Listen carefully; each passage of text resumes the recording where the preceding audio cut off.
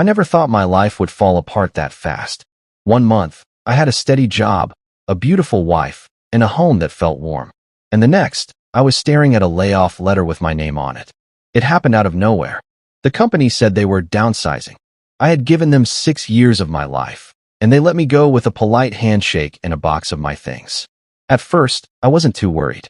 I had savings, a good resume, and confidence that I'd find something else quickly. My wife, Clara, seemed supportive at the beginning.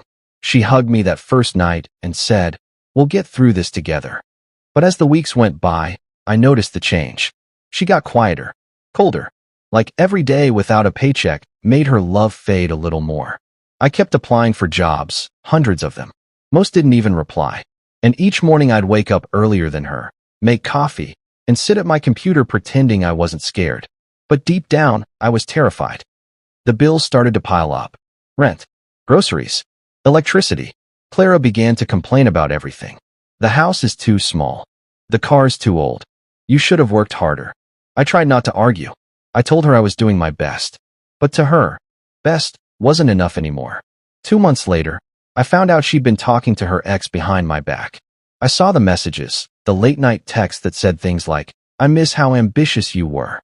And worse, "I can't believe how lazy he's become." That one broke me. Because I wasn't lazy. I was just lost. When I confronted her, she didn't even deny it. She just shrugged and said, "I need stability. You used to give me that. Now I don't even know who you are." I asked if she still loved me. She looked me in the eye and said, "I don't know." And that's when I realized she was already halfway gone. A week later, I came home from a job interview to find divorce papers on the table. No argument. No goodbye. Just a note that said, "I can't do this anymore. I'm sorry." I sat there for hours staring at that paper. It felt like my whole life had ended. The person I thought would stand by me through anything had walked away the moment things got hard. She moved out the next day, took most of the furniture, her clothes, and even the dog. All I had left was an old couch, my laptop, and a few boxes. That night, I sat in the dark and made myself a promise. I said out loud, "I'm not going to chase her. I'm going to rebuild. And one day, she'll regret leaving." I didn't know how, but I meant it. Over the next few weeks, I worked odd jobs. I helped a neighbor fix his car, did online freelance gigs, and sold a few of my old things. It wasn't much, but it kept me going. One night, while scrolling through freelance listings, I stumbled across a startup ad looking for investors and marketing help. It was a small company selling eco-friendly tech gadgets. I didn't have much money, but I had skills and ideas. I emailed them, pitched myself as a marketing consultant, and offered to work for equity instead of cash. To my surprise, they said yes. That was the moment everything changed, though I didn't know it yet. I started working 12-hour days again, just like before. Except this time, I was doing it for me, not for a boss who'd toss me aside. I helped them design ads, build a brand, and reach people online. Sales started small, then doubled, then tripled. We went from a few orders a week to thousands. And as the company grew, so did my stake in it. But during those first few months, I didn't tell anyone. Not my friends. Not my ex. No social media updates. Nothing. I wanted to rise in silence. And when the time was right, I wanted her to see what she'd thrown away. By the 4th month, things started moving fast. Investors came in, and my small equity share was suddenly worth more than I could imagine. One of the co-founders called me one morning and said, "Congratulations, you're officially a millionaire on paper." I didn't even react at first. I just sat there smiling. Not because of the money, but because of what it meant. I had rebuilt myself from nothing. Without her. Without anyone's help. And deep down, I knew this was just the beginning. After that phone call, I just sat there staring at my laptop screen. Millionaire. The word didn't even feel real. 6 months ago, I couldn't afford takeout food. Now, my name was attached to a company people were starting to notice. It felt surreal, not because I suddenly had money, but because I had done it alone. The best part? Nobody knew yet. Not even Clara. Every morning, I still woke up early, drank instant coffee, and worked like nothing had changed. I wore the same old t-shirt and lived in the same small apartment. I didn't rush to upgrade anything. I wanted to keep my peace before the noise returned. While I was busy with meetings and marketing campaigns, the startup hit the news. Big tech blogs started covering us. They mentioned my name as one of the co-founders. And that's when it started. My phone began buzzing again. People I hadn't heard from in months suddenly wanted to catch up. Even Clara's best friend texted me one morning. "Hey, how are you doing these days? I heard your name somewhere." I just replied, "Doing okay. Thanks." I knew exactly what was happening. News travels fast, especially the kind that makes people regret leaving you. 2 weeks later, Clara texted me for the first time since the divorce. No apology, no explanation. Just, "Hey, how have you been?" I stared at that message for a while. Part of me wanted to ignore it.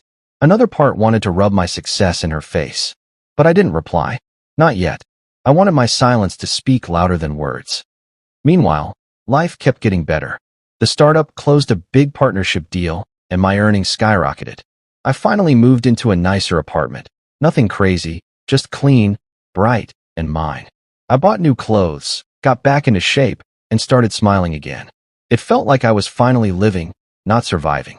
And every time I looked in the mirror, I saw someone who had been broken but rebuilt stronger. Sometimes I'd think about Clara and wonder if she was happy. I checked her social media once, not out of jealousy, just curiosity. Her pictures looked perfect. Wine glasses, beaches, fake smiles. But the captions gave her away. Little quotes about starting over and trusting the universe. I knew those were code for regret. A month later, she called me. I didn't recognize the number at first. When I answered and heard her voice, my heart skipped a beat. It was strange, familiar, but distant. "Hey, it's me," she said quietly. "How are you?" I paused before answering.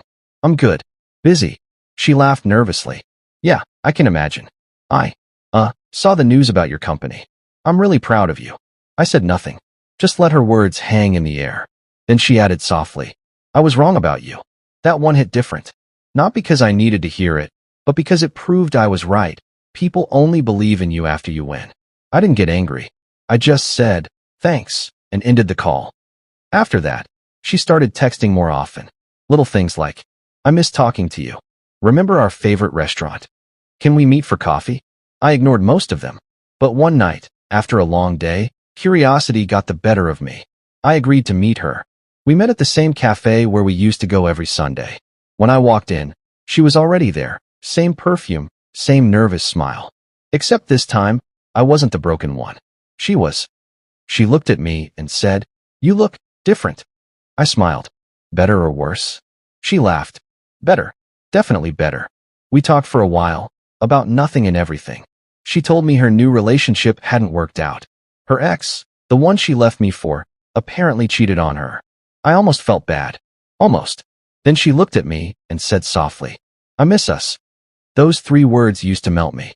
But now, they just sounded empty. I leaned back and said, "You miss the version of me that took care of you, not the one sitting here." She didn't deny it. She just stared at her drink. When we said goodbye, she tried to hug me. I shook her hand instead. That night, I realized something important. The best revenge isn't payback. It's peace. But the story wasn't over. Because a few weeks later, I got invited to an awards event for young entrepreneurs. And guess who showed up there, pretending she didn't expect to see me? Clara. And that's where things got really interesting. The night of the event, I remember standing in front of the mirror, adjusting my tie. It wasn't just another business gathering.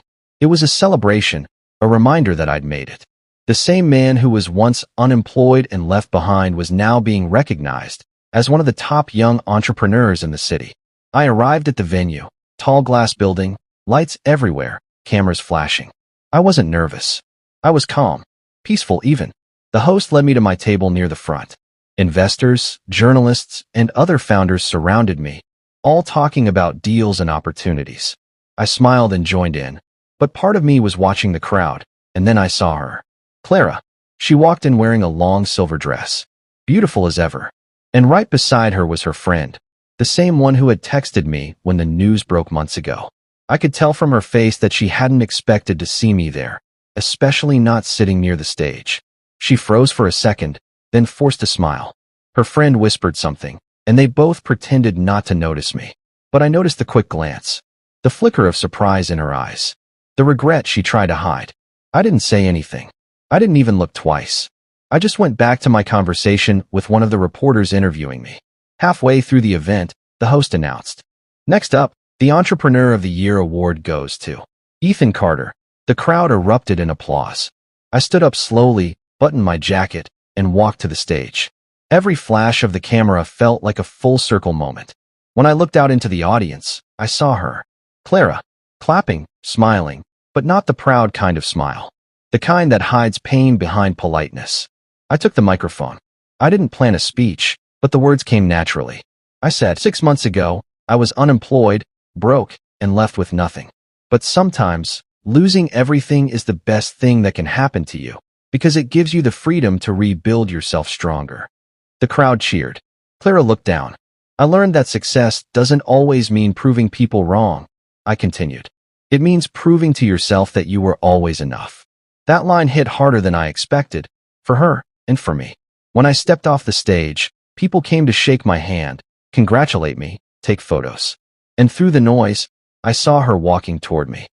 Ethan, she said softly, her voice trembling. That speech, it was beautiful. Thanks, I replied, keeping my tone polite but distant. I'm really proud of you, she said, forcing a smile. I mean, I always knew you were smart and hardworking. I just didn't know you'd come this far. I nodded. Yeah, most people didn't. She bit her lip and looked at the floor. I made a mistake, she whispered. I didn't believe in you when you needed me the most. For a moment, I almost felt sorry for her. Almost. But then I remembered those sleepless nights, the silence, the divorce papers, and how she left without even looking back. I said gently, Clara, I'm not angry anymore. But you leaving was the best thing that ever happened to me. She looked confused. What do you mean? I smiled. If you hadn't walked out, I never would have walked into my purpose. And then I shook her hand and turned to talk to someone else. Later that night, when I got home, I sat by the window and thought about everything. About how pain can either destroy you or shape you.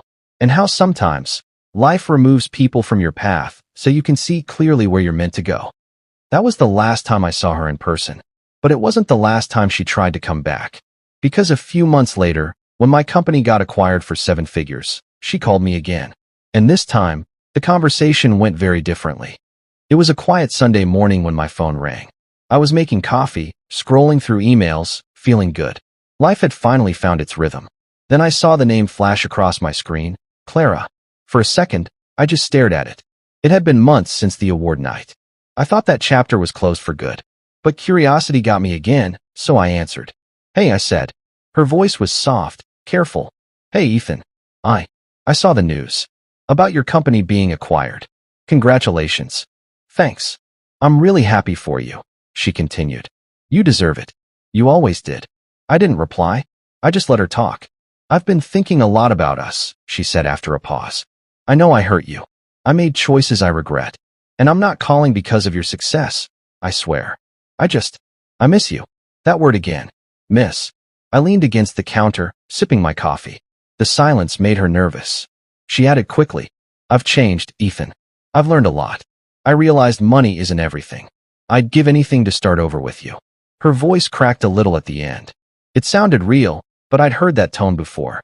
The guilt, the emotion, the I miss you speech. I wasn't falling for it again. Clara, I said quietly. Do you remember the night you told me you wanted a divorce? She hesitated. Yes.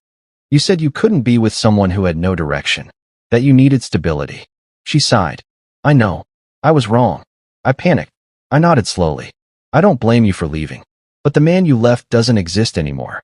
And the man I've become, he doesn't look back. There was a long silence. Then she whispered. So that's it. You're just done. I was done the moment you walked away, I said.